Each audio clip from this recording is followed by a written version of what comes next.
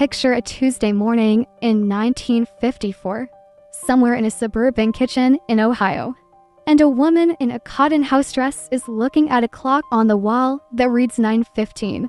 By 9:30, her entire house will be clean. Not tittied, not surface wiped, clean. The floors will shine. The kitchen will smell like lemon and bleach. The bathroom porcelain will gleam. The beds will be made with the corners tucked tight enough to bounce a coin. And she will be sitting at her kitchen table with a cup of coffee and the newspaper. 15 minutes. And here is the part that breaks the modern brain. She did this every single day, 6 days a week, for years. And it was not exceptional. It was the standard. Millions of women across America did the exact same thing in the exact same window of time. And almost nobody alive today knows how they actually pulled it off. The secret was not that they worked harder than we do. The secret was that they had built, without anyone calling it that, the most efficient domestic system of the 20th century. It was a method passed down in pamphlets, in home economics classes, in radio broadcasts, and women's magazines, refined obsessively across to generations, and then forgotten almost overnight when something else replaced it. To understand how it worked, you have to step inside that 1954 kitchen and see the house the way she sees it, because she is not looking at a mess. She is looking at a machine that she already programmed the night before. Everything begins the evening prior, and this is the first thing modern cleaning culture lost completely. Before she goes to bed, this woman has already done what they called the reset. The dishes are washed, dried, and put away. Not stacked in the rack to drain overnight. Put away. The counters are wiped down with a damp cloth and a bit of vinegar. The kitchen table is cleared of every object that does not belong there. Shoes are placed on a mat by the door. Coats are hung. The children's school clothes are laid out on a chair. And any toy or item that has migrated during the day is carried back to its assigned location. The phrase they used was a place for everything and everything in its place. And it was not decoration on a wall. It was the operating principle of the entire house. When she wakes up in the morning, there is nothing to pick up, nothing to sort, nothing to decide. The house starts the day at 0, and that 0 is what makes 15 minutes possible. The next layer of the system was the schedule, and this is where the real engineering shows. The week was divided by rotation, and every day had a job. Monday was laundry day, and this was so universal across the country that you could drive through any neighborhood in America on a Monday morning and see white sheets hanging on the lines, block after block, like a coordinated signal. Tuesday was ironing day, because Monday's laundry was now dry and waiting. Wednesday was sewing and mending. Thursday was marketing, the word they used for grocery shopping. Friday was the heavy cleaning day, when the floors got waxed, the rugs got beaten outside on the clothesline, the windows got washed with newspaper and vinegar. Saturday was baking and preparation for Sunday. Sunday was rest. The 15-minute daily clean only worked because the deep work was distributed across the week. She was never trying to do everything at once. She was maintaining a system that had already been built.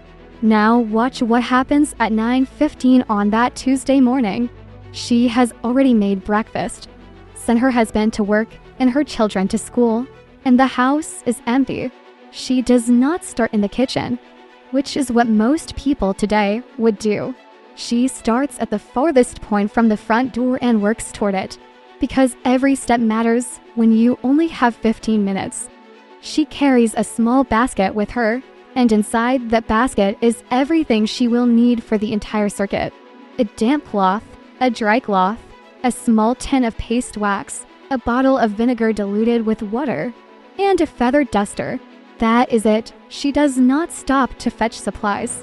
She does not walk back to a closet. The basket moves with her, and her hands never stop.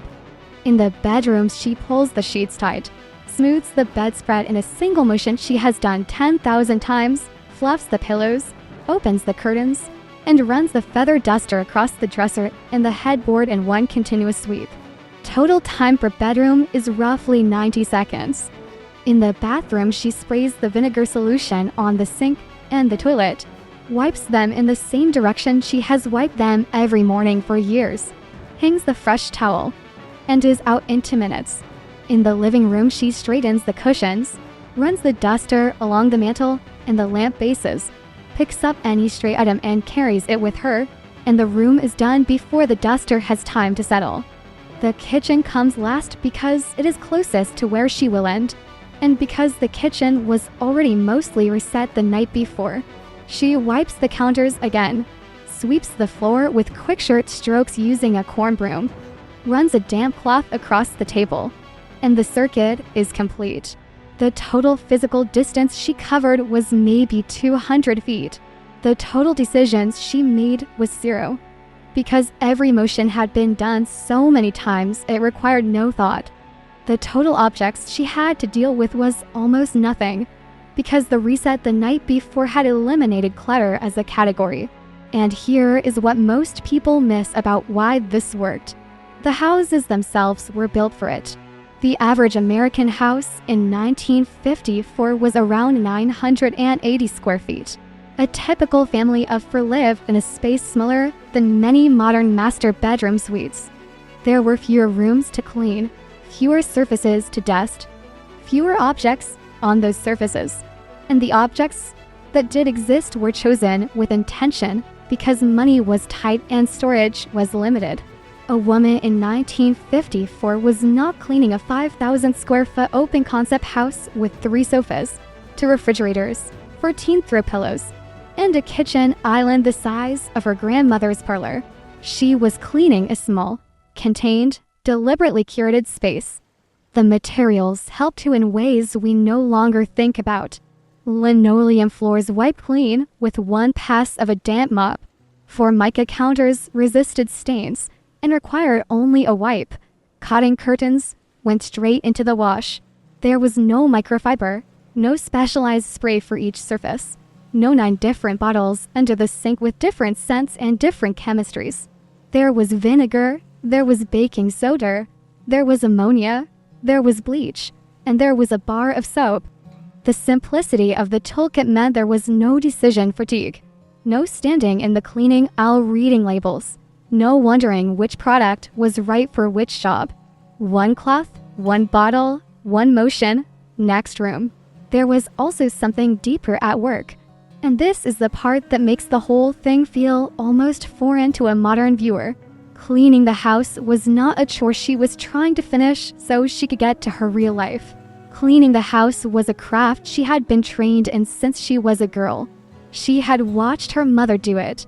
She had learned the motions in school. She had read articles in Ladies' Home Journal and Good Housekeeping that treated efficient housework as a serious discipline. There was pride in it. There was identity in it. The woman who could run her house on a tight schedule was respected by her neighbors, and the 15-minute morning clean was a small daily demonstration of competence. The system worked because she believed it was worth doing well, and because the entire culture around her reinforced the belief from every direction. What is the one cleaning habit your grandmother had that you have never seen anyone do since? Drop it in the comments, because some of those habits are the exact small motions that made this whole system work, and they are disappearing from memory faster than anyone realized.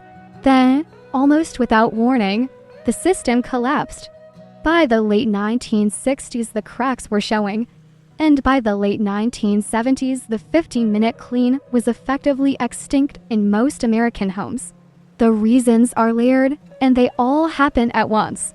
Women began entering the paid workforce in large numbers, which meant the morning window itself vanished. The house got bigger.